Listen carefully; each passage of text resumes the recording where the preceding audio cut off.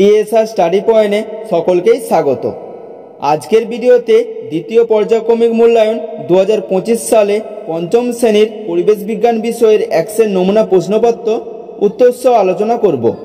তোমরা সকলেই জানো তোমাদের পরীক্ষায় 30 নম্বর থাকবে, সময় পাবে 1 ঘন্টা। তাহলে প্রশ্ন উত্তরে যাবার আগে সিলেবাসটা দেখে নাও, কী কী পরীক্ষা হবে। আর ভিডিও ভালো লাগলে লাইক, সাবস্ক্রাইব ও বন্ধুদেরকে শেয়ার করে দিও। কী কী পরীক্ষা হবে দেখো। পরীক্ষা হবে পশ্চিমবঙ্গের সাধারণ পরিচিতি, পরিবেশ ও সম্পদ, পরিবেশ ও উৎপাদন, এই 3টি অধ্যায় পরীক্ষা হবে। 1-এর দাগ, সঠিক উত্তরটি বেছে নিয়ে লেখো। এখানে 5টি করতে হবে, প্রতি প্রশ্নের মান 1 করে। 1-এর দাগের ক, বরফ গলা জলের নদী হলো অজয়, ইচ্ছামতি, মহানন্দা, দামোদর। সঠিক উত্তরটি হবে বরফ গলা জলের নদী হলো মহানদী। খ, বক্সা অরণ্যের প্রবেশদ্বার হলো সিউড়ি, দিনহাটা, আলিপুরদুয়ার, রানীগঞ্জ। সঠিক উত্তরটি হবে বক্সা অরণ্যের প্রবেশদ্বার হলো আলিপুরদুয়ার।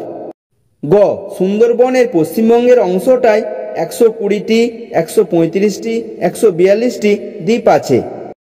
সঠিক উত্তরটি হবে সুন্দরবনের পশ্চিমবঙ্গের অংশটায় 135টি দ্বীপ আছে।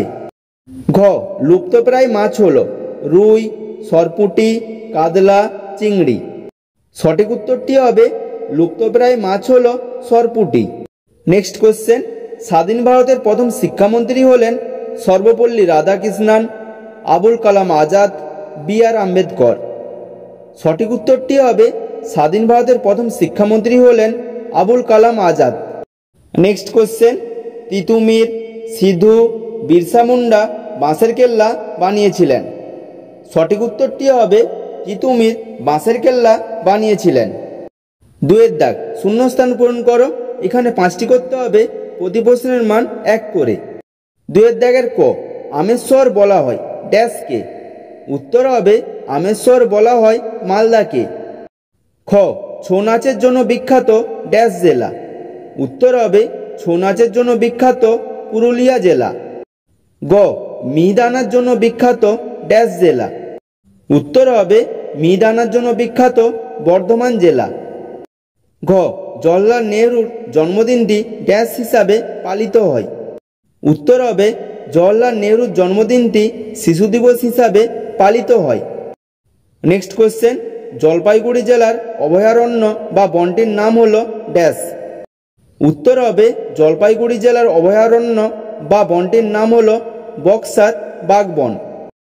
নেক্সট কোশ্চেন, নতুনভাবে তৈরি করা বন নদিয়ার ড্যাশ। উত্তর হবে নতুনভাবে তৈরি করা বন নদিয়ার বেথুয়া ডহরি। 3-এর দাগ, সত্য অথবা মিথ্যা লেখো। এখানে 4 নম্বর থাকবে। 3-এর দাগের ক, সাদা অর্কিডের শহর হলো কার্শিয়াং। উত্তর হবে সত্য।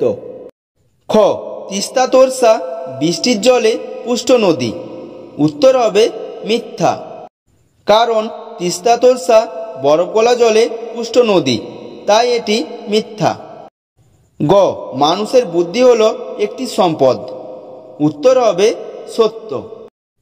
ঘ, জগদীশচন্দ্র বসু ছিলেন বিপ্লবী। উত্তর হবে মিথ্যা, কারণ জগদীশচন্দ্র বসু ছিলেন বিজ্ঞানী। 4-এর দাগ, 2-একটি বাক্যে উত্তর দাও।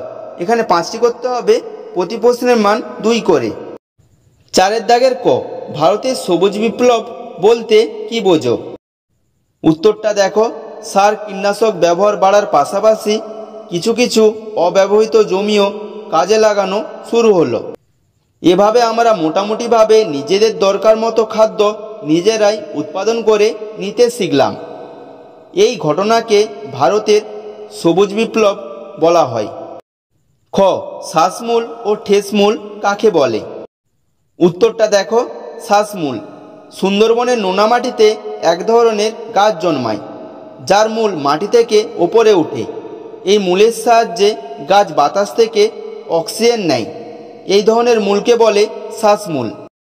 ঠেসমূল সুন্দরবনের নোনা মাটিতে যেসব গাছ জন্মায় তার মধ্যে এক ধরনের গাছের মূল মাটির গভীরে গিয়ে গাছকে মাটিতে আটকে রাখে। এই ধরনের মূলকে বলে ঠেসমূল। গ লুপ্তপ্রায় প্রজাতির মাছ বলতে কি বোঝো? উত্তরটা দেখো, যেসব প্রজাতির মাছের সংখ্যা খুবই কমে গেছে, ভবিষ্যতে আর হয়তো তাদের দেখা যাবে না, এমন প্রজাতির মাছকে লুপ্তপ্রায় মাছ বলা হয়। ঘ নিত্যবহ নদী কাকে বলে? উত্তরটা দেখো, সাধারণত পার্বত্য অঞ্চলে হিমবাহ সৃষ্ট তথা বরফ গলা জলে পুষ্ট নদীতে সারা বছর জল থাকে, সেই নদীগুলিকে নিত্যবহ নদী বলে, যেমন গঙ্গা। 5 দাগ, নিচের প্রশ্নগুলির উত্তর দাও। এখানে দুটি করতে হবে, প্রতি প্রশ্নের মান 3 করে। 5 দাগের ক, কলকাতা সম্বন্ধে 2-4টি বাক্য লেখো। উত্তরটা দেখো, হুগলি নদীর তীরে অবস্থিত কলকাতা পশ্চিমবঙ্গের রাজধানী ও সদর শহর।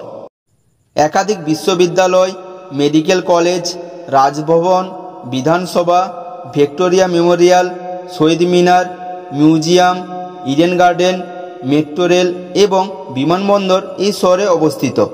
এই শহরে রবীন্দ্রনাথ ঠাকুর, রাজা রামমোহন রায়, ঈশ্বরচন্দ্র বিদ্যাসাগর ও নেতাজি সুভাষচন্দ্রের বাসভবন রয়েছে। খ ডিবিসির পুরো কথাটি কি?